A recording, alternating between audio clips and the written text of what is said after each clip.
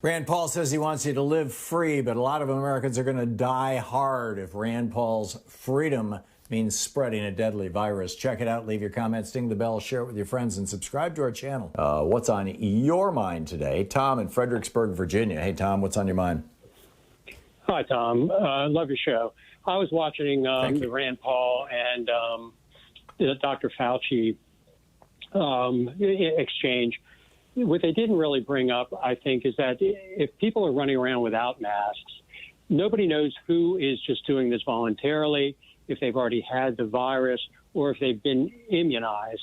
And right now, we're only at, about 30%, and 70%, as they're saying, is probable herd immunity. So we're not even close right now to being able to Yeah, Tom, we're only at 30% first shot, and the majority of those are people over 60. Okay.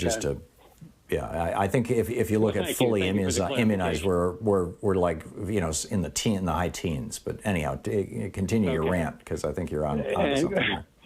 And so we're quite far away from people walking around without masks. And because if I see somebody without a mask, I'm avoiding them.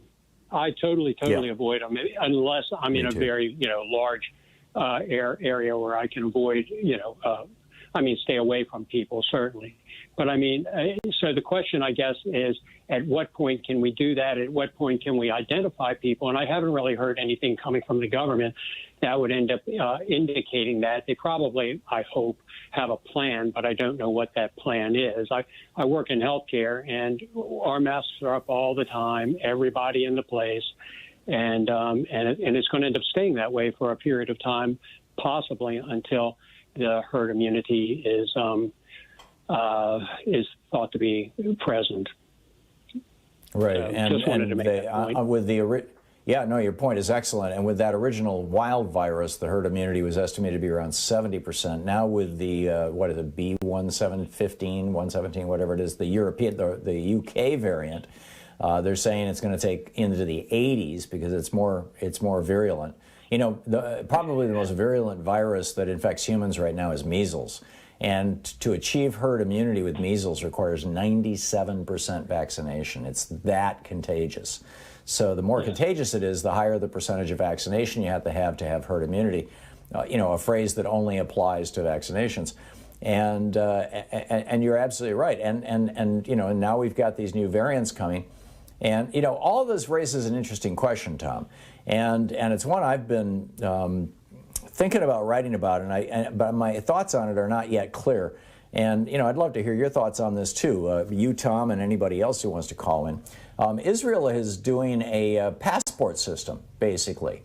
You get an electronic passport. I don't know if you've ever flown on an airplane and used your phone, your iPhone or your Android phone, as your boarding pass, but it's real easy. I've been doing it for a couple of years now. They've got a variation on that shows a QR code that can be scanned, and that's almost impossible to fake, because it's tied to your identity and to your medical records. This QR code and a color, and if the color is green and they scan the QR code and it says, yep, he's been vaccinated, then you can get on a plane. There's some places in Israel you can go, others you can't go if you don't have this.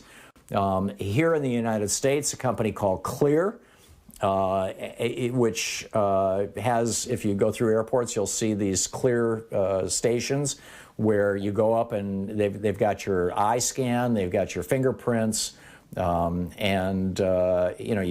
put your ID down and you put your fingerprints, you put your fingers on the fingerprint reader, and boom, you don't have to go through the whole song and dance. You still have to run your stuff through the magnetometer, but that's it. It's like super fast. It's even faster than pre. And that company, which is a private corporation, by the way, that company, Clear, is developing, or at least this was the news release about 2 weeks ago in the Financial Times, is developing their own version of a I had COVID vaccine passport. And there are airlines that are thinking about starting to use this, and cruise ships are thinking about using this.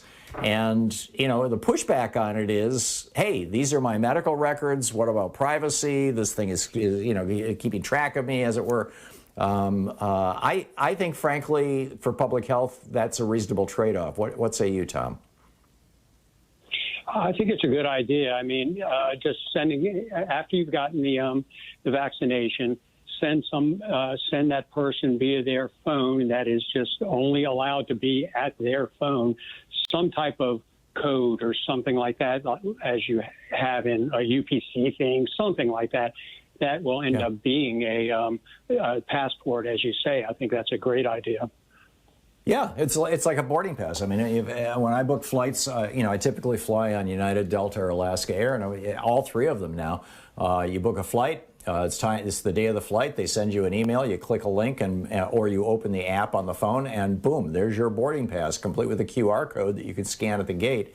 I haven't used a paper boarding pass in years now, and it saves paper. It's uniquely mine. Nobody else can get it. Nobody else can copy it. And if you can do that, for 1 million passengers, 2 million passengers a day, and with no fraud, every single one's clean and clear, and the government has signed off on it. We should be able to do that with other things. Thom, thank you for the call. It's great to hear from you. Lee in Houston, Texas. Hey, Lee, what's up?